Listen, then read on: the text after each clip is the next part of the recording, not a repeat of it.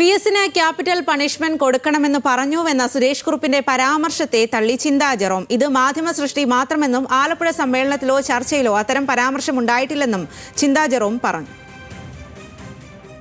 ആലപ്പുഴ സമ്മേളനത്തിൽ ഞാനും ഒരു പ്രതിനിധിയായിരുന്നു. ഈ പറയുന്ന ക്യാപിറ്റൽ പണിഷ്മെന്റ് എന്ന് പറയുന്ന വാക്ക് ആ സമ്മേളനത്തിൽ പങ്കെടുത്ത ഒരു പ്രതിനിധിയും ചർച്ചയിലോ അല്ലെങ്കിൽ അല്ലാതുള്ള പരാമർശത്തിലോ ഒന്നും അവിടെ ഉന്നയിക്കപ്പെട്ടിട്ടില്ല. അത് വെറും മാധ്യമ സൃഷ്ടി മാത്രമാണ്. ഈ ഒരു ഘട്ടത്തിൽ സഖാവ് വിഎസിനും പാർട്ടിക്കും CPIM-നും എല്ലാം ലഭിക്കുന്ന പിന്തുണ കണ്ട് അസ്വസ്ഥമാകുന്നതുകൊണ്ടായിരിക്കാം ഇത്തരം കുപ്രചരണങ്ങളൊക്കെ മാധ്യമങ്ങളുടെ എല്ലാം പിന്തുണയോടുകൂടി ഉയർത്തിക്കൊണ്ടുവരുന്നത്.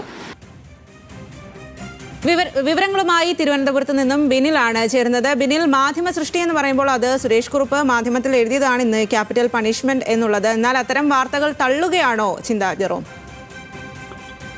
തീർച്ചയായിട്ടും അങ്ങനെ തന്നെയാണ്.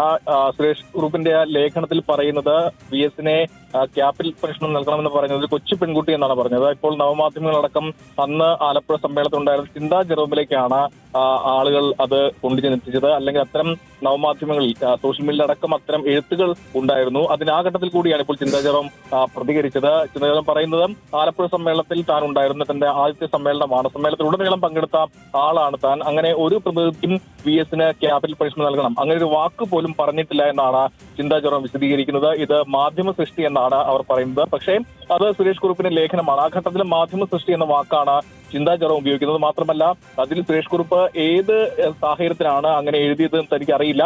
അതിൽ എന്തെങ്കിലും നടപടിയോ അല്ലെങ്കിൽ എന്തെങ്കിലും നടത്തണമെങ്കിൽ അത് പാർട്ടി നടത്തും എന്നാണ് ചിന്താ ജെറോം പറയുന്നത്. അതിനൊപ്പം തന്നെ DK മുരളി MLA സംസാരിച്ചിരുന്നു. അന്ന് ആലപ്പുഴ സമ്മേളനത്തിൽ DK മുരളിയും ഉണ്ടായിരുന്നു. അദ്ദേഹവും പറഞ്ഞത് സമാനമായ കാര്യമാണ്. ഇത്തരത്തിൽ ഏത് സാഹചര്യത്തിലാണ് അങ്ങനെ സുരേഷ് കുറുപ്പ് പറഞ്ഞതെന്ന് അറിയില്ല.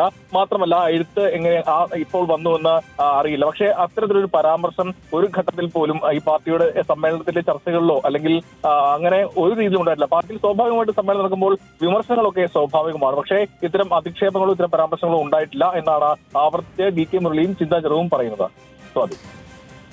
ശരി ബിനിൽ, എന്തായാലും ചിന്താ ജെറോം ആ ക്യാപിറ്റൽ പണിഷ്മെന്റ് എന്നുള്ള വാക്കിനെ തള്ളുകയാണ്. അത് മാധ്യമ സൃഷ്ടി എന്നാണ് പറയുന്നത്.